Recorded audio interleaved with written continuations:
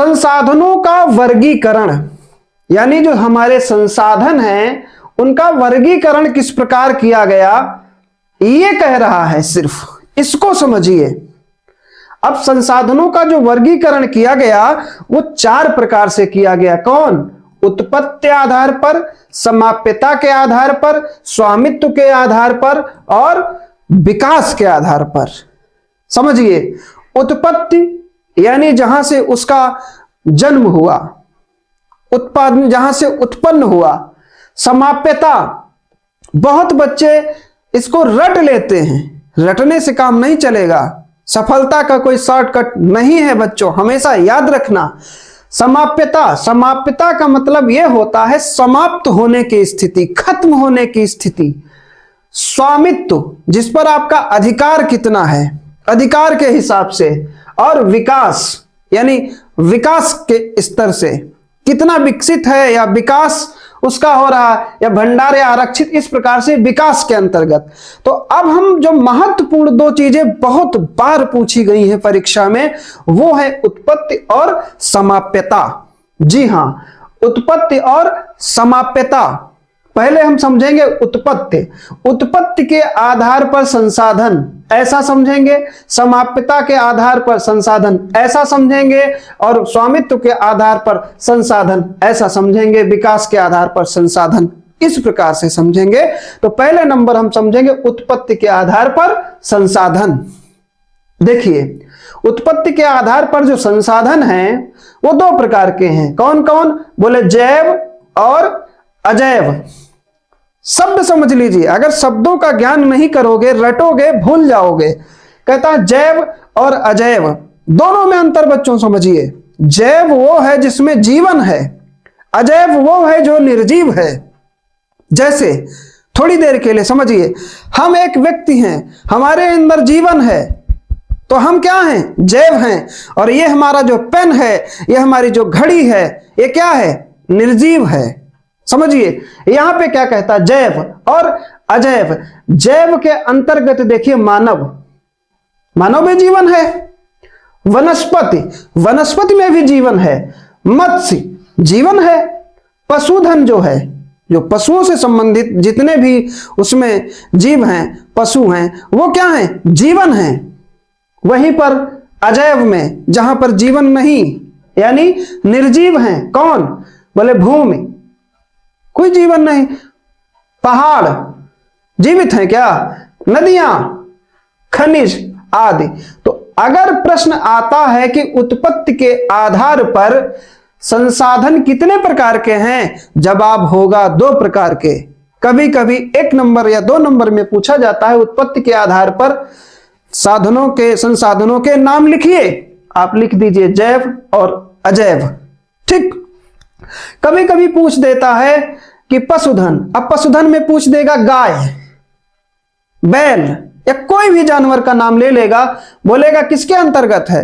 जैव या अजैव या उत्पत्ति, समाप्यता या स्वामित्व। तो ऐसा भी कंफ्यूज कर देगा, आपको भ्रमित कर देगा। लेकिन जवाब आपको देना तब आसान होगा जब आप ये चीज समझे हुए होंगे। अजैव इधर, जैव उधर। अजैव और जैव किसके अंतर्गत हैं? उत्पत्ति के अंतर्गत। उत्पत्ति क्या है? संसाधन का एक पार्ट है, एक भाग है, या उसका वर्गीकरण जो किया गया है उसका एक हिस्सा है। ठीक, उत्पत्ति समझ गए। अगला समाप्यता। समाप्यता का मतलब मैंने बताया साथियों, समाप्त होने की स्थिति, खत्म होने की स्थिति, है ना। क्या है? नवीनीकरण और अनवीनीकरण 2 चीज हैं। पूछेगा समाप्यता के आधार पर संसाधन कितने प्रकार के होते हैं, जवाब होगा 2 प्रकार के, नवीनीकरण और अनवीनीकरण। 2 प्रकार के, एक ये और एक ये हो गया। फिर प्रश्न बनता है कि नवीनीकरण अनवीनीकरण किसके अंतर्गत हैं? उत्पत्ति के, समाप्यता या स्वामित्व या विकास? आपको जवाब देना है नवीनीकरण और अनवीनीकरण समाप्यता के अंतर्गत आते हैं। पूछ देगा समाप्यता कितने वर्ग, समाप्यता के आधार पर संसाधन कितने प्रकार के हैं, या समाप्यता के आधार पर संसाधन कौन कौन हैं? आपको जवाब नवीनीकरण और अनवीनीकरण देना होगा। ठीक। अब समझिए नवीनीकरण में कौन कौन है। नवीनीकरण और अनवीनीकरण में एक अंतर और समझ लीजिए बच्चों। नवीनीकरण जो होता है, यदि उसका कोई चीज वहां से ली गई तो पुनः हो जाती है, यानी नवीन हो जाती, नई हो जाती है। जैसे जल, कुएं से जल एक बाल्टी निकाल लो, कोई फर्क पड़ेगा? नीचे से जल आ जाएगा। नल से, चापाकल से पानी निकाल लीजिए, दोबारा आ जाएगा। इधर खनिज, जहां से बताओ कोयला निकाल लिया जाएगा, दोबारा कोयला थोड़ी ना भर जाएगा, उसमें नहीं भर पाएगा।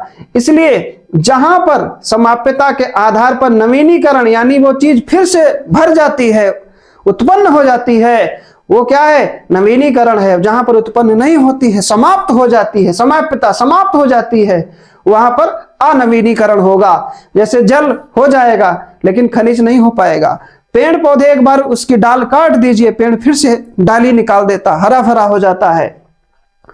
और आपके जो संसाधन, खनिज संसाधनों में जैसे कोयला हुआ, पेट्रोलियम हुआ, ये एक बार जहां से खत्म हो गए, समाप्त हो गए अनवीनीकरण।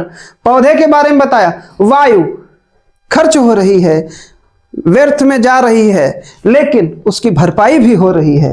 जीव जंतु, इस संसार में कोई भी प्राणी, कोई भी जीव यदि मर रहा है तो कोई जन्म भी ले रहा है, तो नवीनीकरण है। समाप्यता के आधार पर समाप्त नहीं हो रहा है। कोई जीव मर रहा है तो पीछे उसकी पीढ़ी आ भी रही, जन्म भी ले रही है। और पवन ऊर्जा जो है वो समाप्त होने वाली चीज थोड़ी ना है, वो इधर खर्च हो रही, पीछे से फिर से बन के आ रही है नए सिरे से, तो नवीनीकरण हो रहा है उसका।